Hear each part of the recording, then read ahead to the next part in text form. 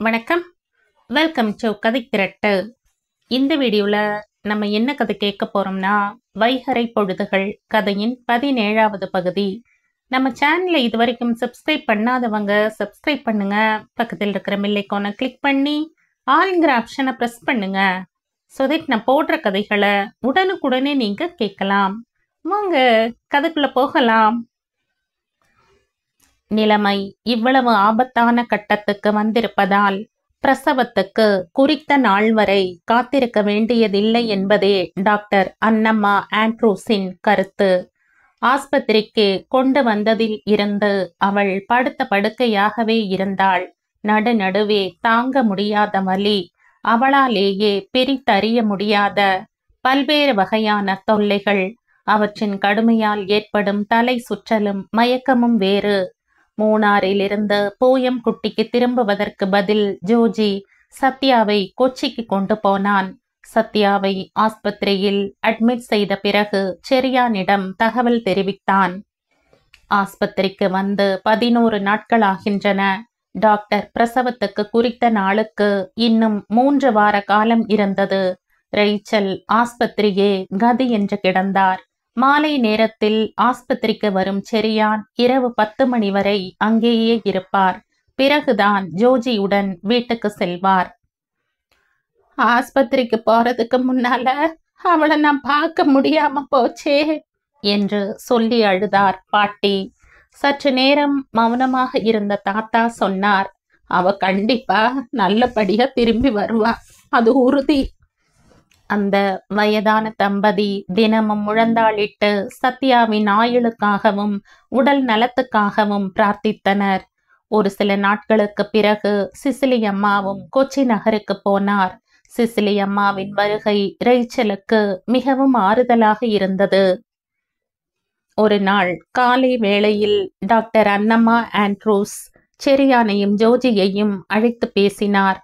இனி காத்திருக்க வேண்டாம், நாளைக்கே சத்யாவுக்கு ஆபரேஷன் செஞ்சுடலாம், தாமதிக்க வேண்டாம்னு என் மனசு சொல்லுது. ஜோஜியும் செரியானும் ஒருவர் முகத்தை ஒருவர் பார்த்தனர். நேத்திக்கு எடுத்த ஸ்கேனிங் ரிப்போர்ட் திருப்தியா இல்ல. பல்ஸ் வீக்காறதுக்கு வாய்ப்பிருக்கு, பிபியும் அதிகமாகலாம். நாள் செல்ல செல்ல சத்யாவின் உடல்நிலை மோசமாகத்தான் வாய்ப்பு அதிகம். இந்த சூழ்நிலையில நாம முடிஞ்ச அளவுக்கு முயற்சி பண்ணலாம், என்ன சொல்றீங்க? செரியானோ ஜோஜியோ பதில் எதுவும் சொல்லவில்லை. டாக்டரது வார்த்தைகள் ஓர் ஆபத்தின் தொடக்கம் என்று அவர்களுக்கு தோன்றியது. அப்படின்னா நாளைக்கு தேவையான பிளட்டுக்கு ஏற்பாடு பண்ணணும். சத்யாவோட பிளட் ரொம்ப அபூர்வமான குரூப். முன்னெச்சரிக்கையா சில மருந்துகளையும் வாங்க வேண்டியிருக்கு, அதை நான் எழுதி தரேன். ஜோஜி அதை ஒப்புக்கொண்டதற்கு அடையாளமாக தலையாட்டினான். ஏற்கனவே நான் சொன்ன விஷயங்கள் தான், உங்களுக்காக திரும்பவும் சொல்றேன். நம்மளால முடிஞ்ச வகையில ரொம்பவும் எச்சரிக்கையா இருக்கத்தான் இதெல்லாம். அப்புறமா நாம இதை செய்யாம போயிட்டமே, அதை செய்யாம போயிட்டமேன்னு வருத்தப்பட வேண்டியது இல்லை. செரியானின் முகம் துயரத்தை வெளிக்காட்டியது. இவ்வளவு சீக்கிரம் ஆபரேஷன் செய்ய வேண்டி இருக்கும்னு நாங்க எதிர்பார்க்கல டாக்டர், ஜோஜி வருத்தத்துடன் சொன்னான். அதுக்கு இன்னொரு காரணமும் இருக்கு, டாக்டர் புன்னகையுடன் தொடர்ந்தார். இந்தியாவின் புகழ்பெற்ற கைனகாலஜிஸ்டுகளில் ஒருவரான டாக்டர் அமிதா குல்கர்னி நாளைக்கு இங்க வராங்க. மெட்ராஸ்ல அப்பலோ ஹாஸ்பிட்டல்ல வேலை செய்யறாங்க. மினிஸ்டர் மகளின் பிரசவத்துக்காக திருவனந்தபுரம் வந்திருக்காங்க. சத்யாவை பத்தி நான் அவங்க கிட்ட டெலிஃபோன்ல பேசினேன். நாங்க 2 பேரும் ஒன்னா படிச்சவங்க. நாளைக்கு இங்க வர்றதா அவங்க சொன்னாங்க. அதனால நாளைக்கே ஆபரேஷன் நடத்திட்டா நல்லது. அமிர்தா இந்த மாதிரி எல்லாம் வரவங்க இல்ல, நாம அவங்கள வரவழைக்கிறதும் சுலபத்துல நடக்கிற காரியம் இல்ல. சொல்லிவிட்டு வெளியில் இருந்து வாங்க வேண்டிய மருந்துகளை எழுத தொடங்கினார். இந்த குறுகிய காலத்துக்குள்ள நமக்கு தேவையான ரத்தத்தை வாங்க முடியுங்களா டாக்டர்? ஜோஜி கேட்டான். அதை பார்த்துக்கலாம், எதுக்கும் நீங்க ரெட் கிராஸ் சொசைட்டில விசாரிங்க, பிரைவேட் பிளட் பேங்குகள்லையும் விசாரிங்க. இதெல்லாம் சரியாகலைன்னா நான் மேற்கொண்டு சில விலாசங்கள் தர்றேன். ஆமா, சத்யாவோட சொந்தக்காரங்களுக்கு தகவல் சொல்லணுமே. சொல்லிடுறோம், செரியான் சொன்னார். உடனடியா தெரியப்படுத்துறோம், ஜோஜி உறுதி அளித்தான். தாமதிக்காமல் காஞ்சிரப்பள்ளியுடன் தொலைபேசியில் தொடர்பு கொண்ட செரியான் அவர்களிடம் சத்யா தொடர்பான தகவல்களை தெரியப்படுத்தினார். ஜோஜி மருந்துகளை வாங்கவும் ரத்தம் எங்கெங்கு கிடைக்கும் என்றும் தேடி அலைந்தான். மாலை நேரத்தில் வர்கியும் ஆகஸ்தியும் செபாஸ்டியனும் வந்து சேர்ந்தனர். படுக்கைக்கு அருகில் அப்பாவையும் அண்ணன்களையும் சட்டென்று பார்த்த சத்யா வியப்பு அடைந்தாள். எப்படி தகவல் தெரிஞ்சது? சற்று கிண்டலான குரலில் புன்னகைத்தபடி கேட்டாள். சரியா போன் பண்ணி சொன்னார். வர்கி பதிலளித்தார். நல்லா இருக்கியாமா? கஷ்டமா இல்லையே? ஆப்ரேஷன் சொன்னதும் நான் பயந்துட்டேன். எனக்கு எந்த பிரச்சனையும் இல்லப்பா. அதை நினைச்சு நீங்க யாரும் கவலைப்பட வேண்டாம். சித்தியும் மற்ற அண்ணன்களும் எங்க காணோம்? ஆனியம்மா வீட்டில் இருக்கா. மற்ற 2 பேரும் ஒரு ஏலக்காய் எஸ்டேட்டை பார்க்க நெடுங்கண்டம் வரைக்கும் போயிருக்காங்க. எனக்கு அவங்களை எல்லாம் ஒரு தடவை பார்க்கணும் போல இருக்கு. ஆகஸ்தி செரியானையும் ஜோஜியையும் தனியாக அழைத்து கேட்டான். இவ்வளவு பெரிய ஆஸ்பத்திரிக்கு ஏன் கூட்டிட்டு வந்தீங்க? ஏதாவது நாட்டுப்புறமா இருந்தா அவ்வளவுக்கு அவ்வளவு ஆளுங்க கண்ணில் இருந்து தப்பிக்கலாம். பயப்படாதீங்க ஆகஸ்தி, பில் எவ்வளவா இருந்தாலும் நாங்க கட்டிடுறோம். செரியான் எரிச்சலுடன் பதிலளித்தார். நான் அதுக்காக சொல்லல. ஒரு நாளைக்கு எவ்வளவு பேர் வந்து போற ஆஸ்பத்திரி இது? எங்கிருந்தெல்லாமோ வருவாங்க. எங்க ஊர்க்காரங்க கூட வரலாம். அதுக்காக நோய்க்கு சிகிச்சை அளிக்க கூடாதா என்ன? பன்னி கொட்டிலையும் கால்நடை ஆஸ்பத்திரியிலையுமா மனுஷங்களுக்கு ஆப்ரேஷன் பண்ணுவாங்க? ஜோஜியின் குரலில் எரிச்சல் தெரிந்தது. ஆப்ரேஷன் பண்ணித்தான் ஆகணும்னு என்ன அவசியம்? யார் சொன்னது அப்படி? ஆப்ரேஷன் வேணுமா வேணாமான்னு நாங்கள தீர்மானிக்கணும். ஆகஸ்தியும் விட்டு தருவதாக இல்லை. இதையெல்லாம் நீங்க டாக்டர்கிட்டயே கேட்டுக்கலாம், அப்பதான் புரியும். இந்த ஆஸ்பத்திரியில அவளுக்கு பிரசவம் பார்க்க நாங்க விரும்பலைன்னா வீணா ஏண்டா அவர்கிட்ட விவாதம் பண்ணிட்டு இருக்க? டாக்டர் சொன்னபடி ரெடி பண்ணிட்டியா என்ற செரியான் ஜோஜியுடன் அங்கிருந்து வெளியேறினார். ஆகஸ்தி மீண்டும் சத்யாவின் படுக்கையை நெருங்கினான். இல்ல, இந்த ஆபரேஷன் எல்லாம் காசு பிடுங்கிறதுக்காக டாக்டர்கள் பண்ற சாகசம் இல்லையா? இப்ப உனக்கு என்னென்ன வேணும்? சத்யா கேட்டாள். அவங்க காசு பிடுங்கிறதாவே இருந்தாலும் அதை நீங்க தர வேண்டாம்.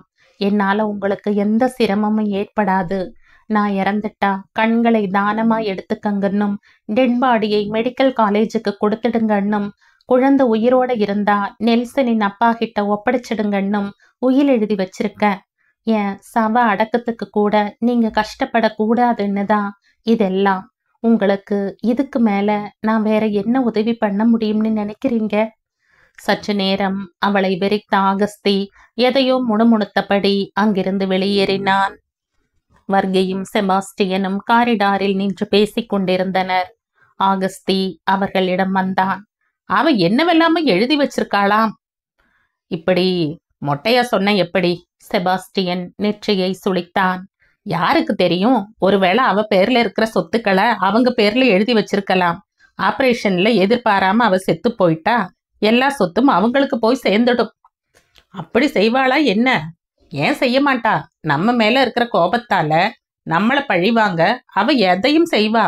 இல்லனா அவங்க அவகிட்ட வற்புறுத்தி எழுதி வாங்கி இருக்கலாம். அவ இறந்து போய் குழந்தை பிழைச்சிட்டா குழந்தை வளர்க்க வேணாமா? அதுக்காக எழுதி கொடுன்னு கேட்டிருக்கலாம். கிட்டத்தட்ட கோடி ரூபாய்க்கு மேல கிடைக்கிற சொத்துக்களை யாராவது வேணாம்னு சொல்வாங்களா? நியாயம்தான். செபாஸ்டியன் தலையாட்டினான். ஏன் சந்தேகம் என்னன்னா, இந்த சிகிச்சையும் ஆபரேஷனும் கூட அவங்க திட்டமிட்டு செஞ்சதா இருக்கலாம். டாக்டரையும் கூட சேர்த்துக்கிட்டா போச்சு. ஒரே ஒரு நரம்ப மாத்தி கட் பண்ணாங்கன்னா தீர்ந்து போச்சே. யாருக்கு தெரிய போகுது? இல்லனா ஒரு பிரசவத்துக்கு இப்படி ஒரு ஆபரேஷன் தேவையா என்ன? வர்கியும் செபாஸ்டியனும் எதுவும் பேசவில்லை. எதுக்கும் அந்த டாக்டரை நேர்ல பார்த்து நாம் இதை பத்தி விசாரிச்சா என்ன? சற்று நேர இடைவெளிக்கு பிறகு செபாஸ்டியன் ஒரு யோசனை சொன்னான். உடனே மூவரும் டாக்டரை தேடி போனார்கள். அவர்களது சந்தேகங்களுக்கு அன்னம்மா ஆண்ட்ரூஸ் விளக்கமாக பதிலளித்தார். காலையில் ஆபரேஷனுக்கு முன்பாக வந்து சேர்வதாக சத்யாவிடமும் ரேச்சலிடமும் சொல்லிவிட்டு அப்பாவும் பிள்ளைகளும் தங்களது கிராமத்துக்கு திரும்பினர். வீட்டுக்கு வந்தவுடன் அடுத்து மேற்கொள்ள வேண்டிய நடவடிக்கைகள் குறித்து தீவிரமாக விவாதித்தனர். கடைசியில் ஆகஸ்தி சொன்னான். உயில் மாதிரி நாம ஒண்ணு தயார் பண்றது நல்லது. அவளுக்கு ஏதாவது ஒண்ணு ஆகிட்டா அவ பேர்ல இருக்கிற மொத்த சொத்துக்களையும் 4 அண்ணன்களும் சமமா பிரிச்சு எடுத்துக்கிட்டோம்னு எழுதலாம். நாளைக்கு காலையில ஆபரேஷனுக்கு முன்னாடி அவகிட்ட கையெழுத்து வாங்கிடலாம். அவர்கள் இரவு முழுக்க கண் விழித்து சத்யாவின் பெயரில் உள்ள சொத்துக்களை பட்டியல் போட்டார்கள்.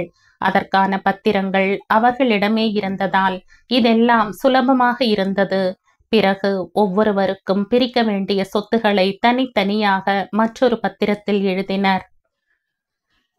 ஆபரேஷனுக்கு தேவையான எல்லா ஏற்பாடுகளும் தயார். டாக்டர் அன்னம்மா ஆண்ட்ரூஸ் ஓரிரு தடவை வந்து சத்யாவை பார்த்துவிட்டு போனார். இன்னும் சத்யா வீட்ல இருந்து யாரும் வரலையா? டாக்டர் கேட்டார். வரலீங்களே, செரியான் பதிலளித்தார். வந்துடுவாங்க, ஜோஜி சொன்னான். காத்திருக்க நேரம் இல்ல. நீங்க யாராவது வந்து ஒப்புதல் பத்திரத்துல கையெழுத்து போடுங்க. ஜோஜி செரியானை பார்த்தான். பிறகு கண்களால் ஜாடை காட்டவும் செய்தான். செரியான் சத்யாவின் ஆபரேஷன் ஒப்புதல் பத்திரத்தில் கையெழுத்து போட்டார். டாக்டர், உங்க ஃப்ரெண்டு வந்துட்டாங்களா? திருவனந்தபுரத்திலிருந்து வரணும்னு சொன்னீங்களே. விடியற்காலையிலேயே வந்துட்டாங்க. அதனால தான் லேட் பண்ணக்கூடாதுன்னு சொல்றேன். அனஸ்தீஷியா கொடுக்க சத்யாவை அந்த அறையில் இருந்து அழைத்து சென்ற போது ரேச்சலும் சிசிலி அம்மாவும் விசும்பி அழுதனர். அழுதிட்டே யாரும் என்னை வழி அனுப்பக்கூடாது, சத்யா அசாதாரண அமைதியுடன் சொன்னாள். அவள் படுத்திருந்த ஸ்ட்ரெச்சரை நீண்ட வராந்தா வழியாக அட்டெண்டர்கள் உருட்டி சென்றனர். செரியானும் ஜோஜியும் அவளை பின்தொடர்ந்தனர். அனஸ்தீஷியா கொடுக்கும் அறையை அடைந்தனர். அட்டெண்டர்கள் அந்த அறை கதவை திறக்க விரைந்தனர். பயமா இருக்கா? ஜோஜி சத்யாவிடம் கேட்டான். சத்யா புன்னகைத்தவாறே இல்லை என்ற தலையை ஆட்டினாள். ஜோஜி அவள் கையை பிடித்து அழுத்தியவாறு சத்யாவின் கண்களை உற்று பார்த்தான். பிறகு இடது கையின் கட்டை விரலை உயர்த்தி காட்டினான். இதே மாதிரி பத்திரமா திரும்பி வரணும். நாங்க எல்லாரும் காத்திருக்கோம். சிரித்தவாறே சொன்னாலும் ஜோஜியின் கண்களில் நீர் நிறைந்தது. அட்டெண்டர்கள் ஸ்ட்ரக்சரை உட்புறம் தள்ளி சென்றனர். கதவு மூடப்பட்டது. காஞ்சிரப்பள்ளியில் இருந்து அப்பாவும் பிள்ளைகளும் ஆஸ்பத்திரிக்கு வந்து சேர்ந்த போது 9 மணி ஆனது. ஆபரேஷனுக்கு கொண்டு போயிட்டாங்க, செரியான் வர்க்கியிடம் சொன்னார். இவ்வளவு சீக்கிரமாவா? இது என்ன ஆஸ்பத்திரிப்பா என்ற ஆகஸ்தி சுருட்டி பிடித்த காகிதத்துடன் ஆபரேஷன் தியேட்டர் வாசலை அடைந்தான். ஆபரேஷன் ஆரம்பிச்சாச்சா? அவளை அவசரமா பார்க்கணுமே. நிம்மதி இழந்தவனாக யாரிடம் என்றில்லாமல் பேசினான். வராந்தாவில் தட்டுப்பட்ட ஒரு நர்ஸை நெருங்கி, ஆபரேஷன் தியேட்டருக்குள்ள போக ஏதாவது வழி இருக்குதா என்று விசாரிக்கவும் செய்தான். கடைசியில் ஜோஜி கேட்டான். என்னங்க விஷயம்? ஒரு முக்கியமான காகிதத்துல அவ கையெழுத்து வாங்கணும். ஜோஜியின் முகம் இருண்டது. உயில்னு நினைக்கிறேன். ஆமா, அதேதான். என்னப்ப? இங்க ஒவ்வொருத்தரும் அவ உயிரோட திரும்பணும்னு மனமுருகி பிரார்த்தனை பண்றோம். ஜோஜி அடக்க மாட்டாத கோபத்துடன் கேட்டான். சத்யாவும் நீங்களும் ஒரே தாய் வயிற்றுல தானே பிறந்தீங்க? இல்ல உங்களை ஏதாவது பண்ணி பெத்துச்சா? ஜோஜியை எரிப்பது போல் பார்த்த ஆகஸ்தி சட்டென்று அங்கிருந்து அகன்றான். ரேச்சலும் சிசிலியம்மாவும் சாய்வு நாற்காலி ஒன்றில் அமர்ந்து மௌனமாக பிரார்த்தனை செய்தனர். வர்கி சற்று நேரம் செரியானுக்கு அருகே நின்றுவிட்டு வெளியே போனார். ஜோஜி வராந்தாவில் அங்கும் இங்குமாக உலாவினான். அவ்வப்போது ஆபரேஷன் தியேட்டருக்குள் நர்சுகள் நுழைந்தும் வெளியேறியும் பரபரப்புடன் விரைந்தனர். யாரோ ஒழுங்குபடுத்தியது போல தூய உடையில் அமைதியாக மாறுபட்ட வேகங்களில் ஓடினர். சில நேரம் ரத்தம் நிறைந்த பாட்டிலை எடுத்து சென்றனர். பிறகு ட்ரேயில் எதையெல்லாமோ எடுத்து சென்றனர். சில சமயம் மருந்து பாட்டில்கள், மணித்துளிகள் கடந்தன. பொறுமை இழந்த ஜோஜி அந்த அறையின் வாசல் கதவை திறந்து வெளியே வந்த ஒரு நர்ஸிடம் கேட்டான். என்ன ஆச்சுங்க சிஸ்டர்? ஏதாவது ஒரு பதில் சொல்லுங்க. நர்ஸ் புன்னகைத்தார். பிரசவம் ஆகிடுச்சு. ஆண் குழந்தை. எந்தவித சிக்கலும் கிடையாது. குழந்தை ஆரோக்கியமா இருக்கு. குழந்தையோட அம்மா? ஆபரேஷன் நடக்குது, இப்ப எதையும் சொல்ல முடியாது சொல்லிவிட்டு அந்த நர்ஸ் வெளியே போனார். ஃப்ளஷ் டோர் தானாகவே மூடிக்கொண்டது. மணி 4:30 மணி வரை ஆபரேஷன் நீண்டது. எல்லாம் முடிந்து ஆபரேஷன் தியேட்டரில் இருந்து வெளியே வந்த டாக்டர்கள் முகத்தில் நிம்மதி தட்டுப்படவில்லை. அவர்கள் தங்களுக்குள் எதையெல்லாமோ மென்மையான குரலில் பேசியபடி நடந்தனர். மகிழ்ச்சியோ ஆறுதலோ திருப்தியோ எவர் முகத்திலும் தென்படவில்லை. அவர்கள் பதற்றத்துடன் இருப்பது ஜோஜிக்கு புரிந்தது. உடனே டாக்டர் அன்னம்மா ஆண்ட்ரூஸை பார்க்க கன்சல்டிங் ரூமுக்கு விரைந்தான் ஜோஜி.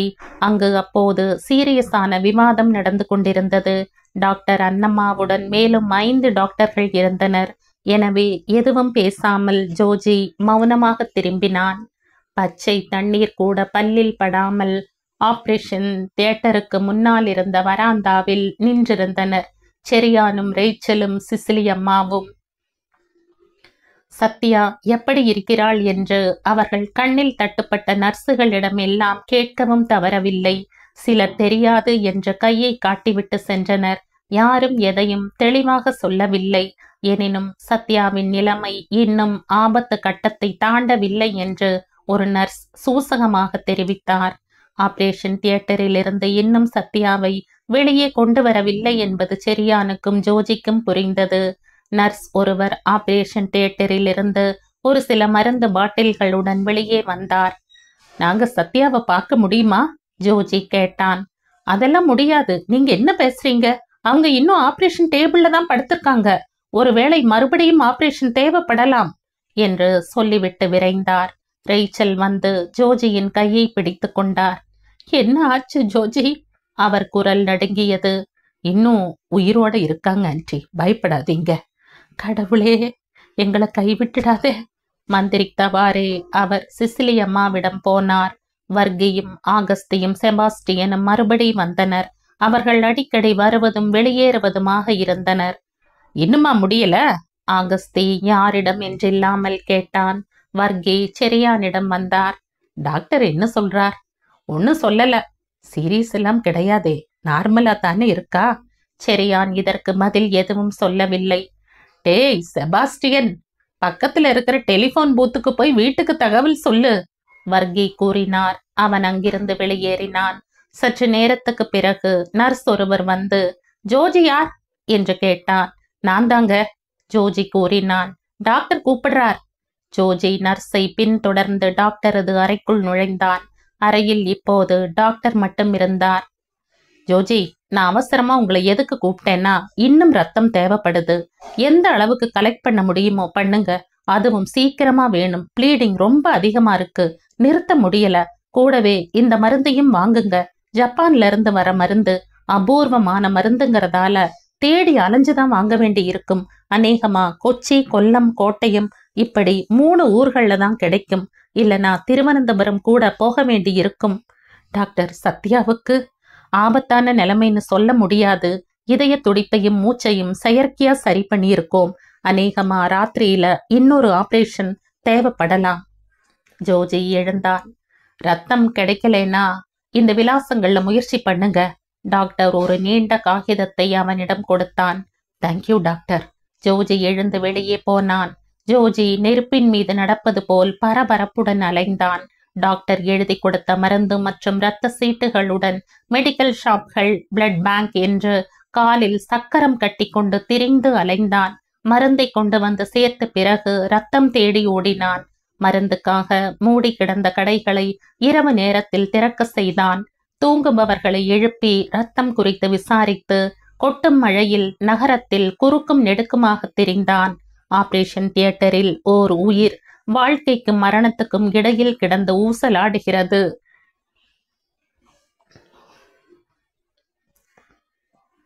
என்ற உணர்வு அவனை சதா வேட்டையாடியது. இரவில் சற்று நேரம் காத்திருந்த வர்கியும் அவர் மகன்களும் ஆஸ்பத்திரிக்கு அருகில் உள்ள ஹோட்டல் ஒன்றில் அறை எடுத்து தங்கினர். கிடைக்காத மருந்தின் குறிப்பை கையில் வைத்தபடி பயத்துடன் தெரு தெருவாக அலைந்த ஜோஜி ஆஸ்பத்திரிக்கு வரும்பொழுது விடிந்து விட்டது. தியேட்டரில் இருந்து சத்யாவை ஐசியூவுக்கு மாத்திருக்காங்க. செரியான் ஜோஜியிடம் சொன்னார். என்ன ஆச்சுங்க அங்கிள்? டாக்டர் இன்னும் தெளிவா எதையும் சொல்லல. சூசகமா ஏதாவது? மயக்கம் தெளியலைங்கிறது இப்போதைய நிலைமை. டாக்டர் எங்க? அவங்களும் வீட்டுக்கு போய் கொஞ்சமாவது ரெஸ்ட் எடுக்க வேண்டாமா? 8:30 மணிக்கு வர்கியும் ஆகஸ்தியும் செபாஸ்டியனும் வந்து சேர்ந்தனர். சத்யாவுக்கு இன்னும் சுய நினைவு திரும்பவில்லை என்று செரியான் வர்கியிடம் கூறினார். அப்படின்னா நாம நினைச்சது மாதிரி இல்ல, நிலைமை கொஞ்சம் சீரியஸ்னு சொல்லுங்க, வர்கி கேட்டார். செரியான் அதற்கு பதில் சொல்லவில்லை. ஏலக்காய் எஸ்டேட் விஷயமாக போயிருந்த ஜார்ஜ் குட்டியும் ராஜுவும் செய்தி அறிந்து 10 மணி வாக்கில் வந்து சேர்ந்தனர். அவர்கள் எல்லோரும் சற்று நேரம் ஆங்காங்கே நின்றுவிட்டு மொத்தமாக ஹோட்டலுக்கு திரும்பினர். ரேச்சலும் சிசிலி அம்மாவும் எதுவும் சாப்பிடவில்லை. செரியான் மட்டும் வெளியே போய் 2 தடவை டீ குடித்துவிட்டு வந்தார். ஜோஜிக்கு பகல் நேரத்தில் கூட ஓய்வு ஒழிச்சல் இல்லை. இரவில் பல இடங்களில் தேடி அலைந்தும் கிடைக்காத ஒரு மருந்துக்காக அவன் பகல் முழுவதும் சுற்றித் திரிந்தான். கோட்டயம் அல்லது திருவனந்தபுரத்தில் தான் கிடைக்கும் என்ற தகவல் கிடைத்ததால் காரில் பறந்தான். கடைசியில் மாலை நேரத்தில் பத்திரிகை விளம்பரம் கொடுக்க நேர்ந்தது. அதற்கு உடனடியாக பலன் கிடைத்தது. மறுநாள் காலையில் கோழிக்கோடு நகரில் இருந்து டெலிபோன் செய்தி ஒன்று கிடைத்தது. அங்கு ஒரு மெடிக்கல் ஷாப்பில் அந்த மருந்து ஸ்டாக் உள்ளதாம். காலையிலேயே ஜோஜி காரில் கோழிக்கோடு நகருக்கு புறப்பட்டான். மாலை 4 மணியான போது மருந்துடன் திரும்பி வந்தான். இரவிலும் சத்யாவுக்கு சுய நினைவு திரும்பவில்லை. உடலாலும் மனதாலும் பெருமளவு சோர்ந்திருந்த ரேச்சலையும் அம்மாவையும் ஜோஜி காரில் ஏற்றி வீட்டில் கொண்டு போய் விட்டுவிட்டு வந்தான். குளித்து உடை மாற்றிவிட்டு ஜோஜி மறுபடியும் ஆஸ்பத்திரிக்கு வந்தான். மறுநாள் காலையில் வந்தால் போதும் என்று சொல்லி செரியானையும் அனுப்பி வைத்தான். 2 இரவும் 2 பகலும் ஓய்வு ஒழிவின்றி அலைந்ததால் சோர்வு மற்றும் டென்ஷனில் ஜோஜி ஆஸ்பத்திரி வராந்தாவில் இருந்த பிளாஸ்டிக் நாற்காலியில் உட்கார்ந்து கண் மூடினான். யாரோ அழைப்பது கேட்டு திடுக்கிட்டு எழுந்த ஜோஜி நேரம் காலம் சூழ்நிலை தெரியாமல் திரு திருவென்று விழித்தான். டாக்டர் கூப்பிடுறாங்க, ஒரு நர்ஸ் புன்னகையுடன் சொன்னார். ஜோஜி எழுந்து தூக்கத்துக்கும் விழிப்புக்கும் இடையிலான நிலையில் சுய நினைவில்லாத குடிகாரன் போல தள்ளாடி நடந்தான். டாக்டரது அறையை கண்டுபிடிக்கவே அவன் கஷ்டப்பட்டான். டாக்டர் அன்னம்மா ஆண்ட்ரூஸின் மகிழ்ச்சி நிறைந்த முகம் அறை கதவுக்கு வெளியில் இருந்த ஜோஜியை வரவேற்றது. சாக்லேட் ஒன்றை அவனிடம் நீட்டிய டாக்டர் புன்னகையுடன் சொன்னார். நியாயமா, நீங்க தான் எனக்கு தரணும், இருந்தாலும் என் சந்தோஷ பங்க நான் தர்றேன், உட்காருங்க ஜோஜி. அவன் உட்கார்ந்தான். ஆவலுடன் டாக்டரது அடுத்த வார்த்தைகளுக்காக காத்திருந்தான். நாம ஜெயிச்சிட்டோம்னு சொல்லலாம் ஜோஜி. சுட்டு விரலை மேற்புறமாக உயர்த்தி சற்று ஆவேசத்துடன் டாக்டர் சொன்னார். சத்யாவுக்கு சுய நினைவு திரும்பிடுச்சு. ஜோஜி ஆறுதலுடன் நாற்காலியில் சற்று சாய்ந்து உட்கார்ந்தான். ரொம்ப கஷ்டப்பட்டுட்டீங்க இல்லையா? நானும் கவனிச்சேன். ஜோஜியின் சிவந்த கண்களை பார்த்தபடி டாக்டர் சொன்னார். கடவுள் புண்ணியத்துல அதுக்கெல்லாம் பலன் கிடைச்சிருக்கு. டாக்டர், நான் ஒரே ஒரு தடவை பார்க்கலாங்களா? அவனது உத்வேகம் டாக்டருக்கு புரிந்தது. வினாடி நேரம் யோசனையில் ஆழ்ந்தவர் பிறகு தலையாட்டினார். ஓகே, வந்து பாருங்க, எதுவும் பேசக்கூடாது, சம்மதமா? டாக்டரே அவனை ஐசியு வார்டுக்கு அழைத்து போனார். போய் பாருங்க. கதவை திறந்து கொண்டு அவன் உள்ளே நுழைந்தான். நர்ஸ் ஒருவர் குழந்தையின் உடம்பை துடைத்துவிட்டு சத்யாவின் அருகே கட்டிலில் படுக்க வைத்தார். சத்யா கட்டிலில் நீட்டி நிமிர்ந்து படுத்திருந்தாள். ட்ரிப் ஸ்டாண்டில் தொங்கிய நீண்ட ரப்பர் குழாய் அவள் உடம்புக்குள் சலைன் செலுத்தியது. ஜோஜி கட்டிலை நெருங்கினான். அசதி போல இருக்கு, நர்ஸ் மெதுவான குரலில் சொன்னார்.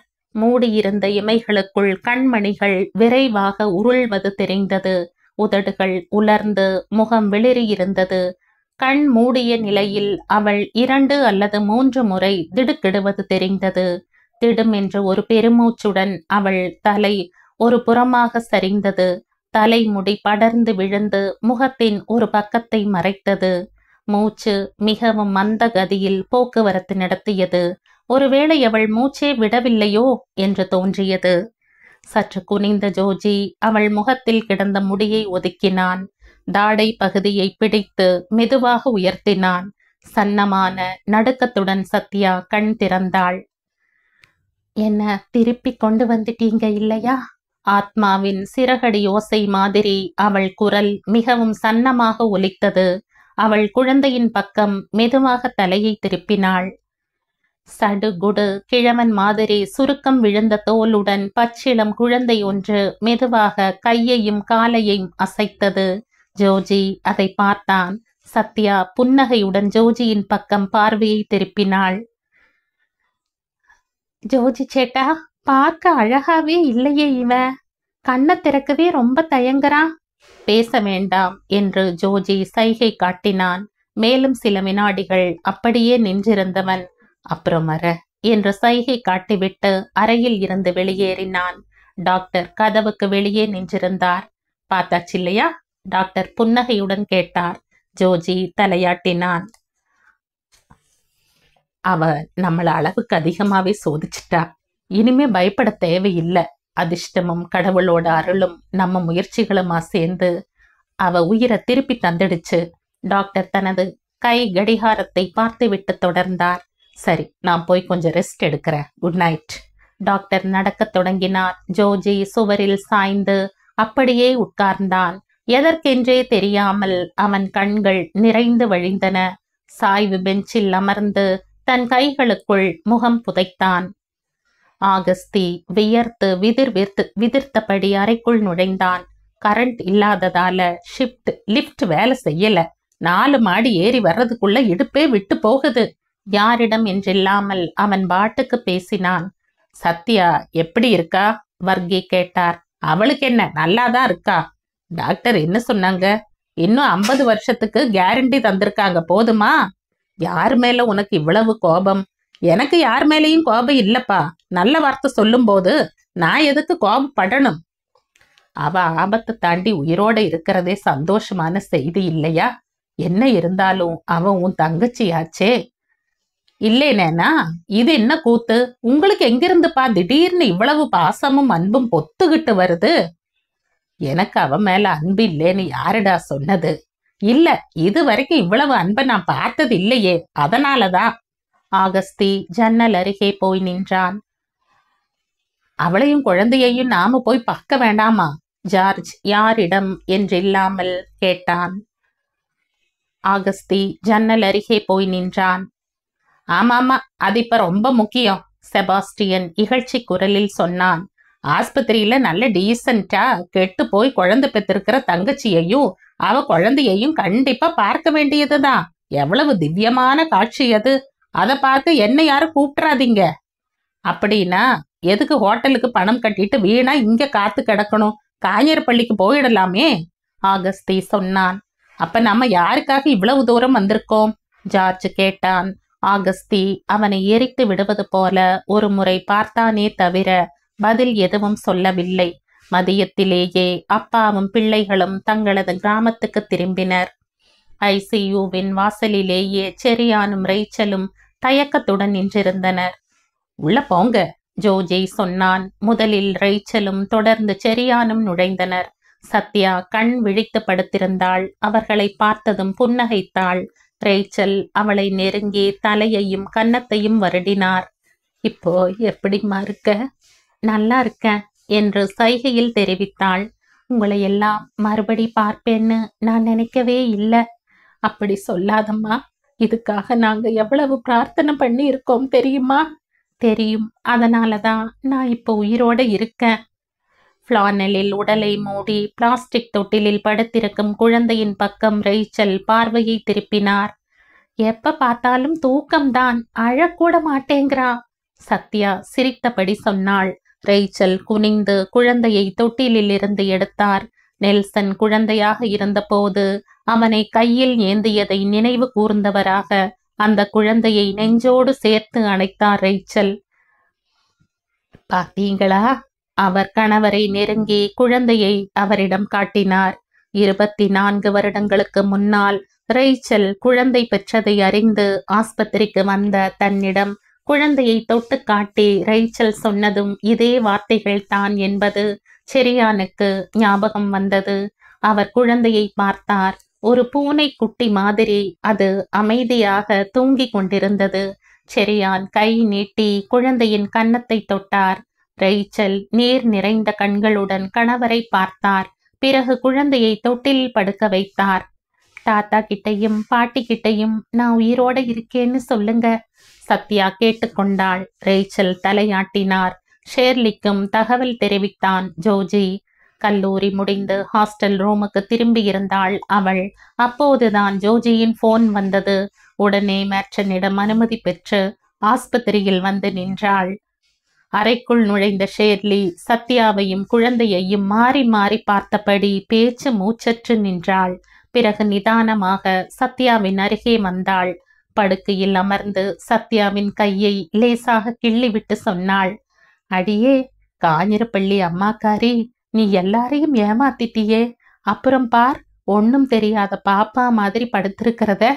சத்யா அவள் கை விரல்களை பற்றினாள். உன்னோட நன்றி கடனை எப்படி அடைக்க போறேன்னு தெரியல. என்னோட நன்றி கடனையா? தோ இப்படித்தான். ஷேர்லி குனிந்து அவள் நெற்றியில் முத்தமிட்டாள். பிறகு சத்யாவின் கண்களையே பார்த்தாள். அவை நீரால் நிறைந்திருந்தன. தலா ஒவ்வொரு துளியாக அவை நெற்றி பொட்டுகளில் வழியவும் செய்தன. ஷேர்லி வியப்பினாள். வாயடைத்து போனாள். உன் கண்ணுல கண்ணீரா? ஆச்சரியம்தான். இதுக்கே நீ ஒரு பார்ட்டி வைக்கணும். அம்மா ஆனதுக்கு 2வது பார்ட்டி தனியா. நீ அவனை பாத்தியா, என் மகனை? பார்க்காம போவேனா? வந்தது அதுக்குத்தானே. ஷேர்லி எழுந்து தொட்டிலை நெருங்கி குனிந்து பார்த்தாள். குழந்தை தூங்கிக் கொண்டிருந்தது.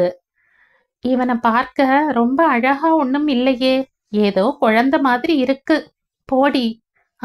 காக்காவுக்கும் தன் குஞ்சு பொன் குஞ்சு தானே என்று ஷேர்லி மேலும் சற்று குனிந்து அழைத்தாள். ஹலோ நெல்சன் ஜூனியர், கண்ணை திறந்து வந்திருக்கிற விருந்தாளி கொஞ்சம் பார்க்கறது. 2-3 தடவை அவள் கூப்பிட்டு பார்த்தாள். வயிற்றுக்குள்ள இருக்கும்போது மட்டும் குரல் கேட்டு சாக்கும், இப்போ கும்பகர்ணன் மாதிரி தூங்கறத பார். அவள் மறுபடியும் சத்யாவிடம் வந்தாள்.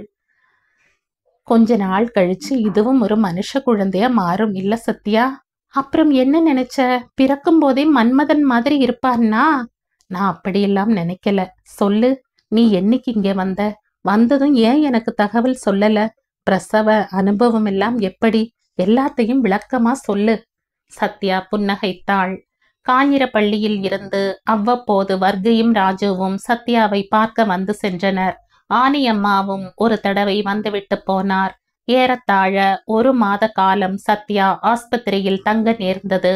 சத்யாவை என்றைக்கு டிஸ்சார்ஜ் செய்கிறார்கள் என்று டாக்டரிடம் கேட்டு தெரிந்து கொண்டு அதற்கு 2 நாட்களுக்கு முன்பே வர்கி ஆஸ்பத்திரிக்கு வந்து சேர்ந்தார். செரியானையும் ரேச்சலையும் நெருங்கிய வர்கி கேட்டார், நீங்க கொடுக்கறதா இருந்தாலும் எங்களுக்கு அதுல எந்த ஆட்சேபனையும் இல்லை. எல்லாம் சேர்ந்து சுமாரா எவ்வளவு வரும்? ஒரு 10-15,000 ரூபாய் ஆகுமா? செரியான் உதட்டை கடித்தபடி லேசாக புன்னகைத்தார். ஏறத்தாழ 1 லட்சம் ரூபாய் ஆகும்னு சற்று நேரத்துக்கு முன்புதான் ஜோஜி அவரிடம் தெரிவித்திருந்தான். நான் எதுக்காக கேட்டேன்னா, டிஸ்சார்ஜ் பண்ணிட்டா உடனே சத்யாவை எங்க வீட்டுக்கு கூட்டிட்டு போயிடுவோம். பிரசவம் முடிஞ்சு 1 மாசம் ஆயிடுச்சு. அவ வேலை முடிஞ்சிடுச்சே. இதுதானே நமக்குள்ள நடந்த பேச்சுவார்த்தை. செரியான் நம்ப முடியாதவராக வர்கியை வெறித்து பார்த்தார்.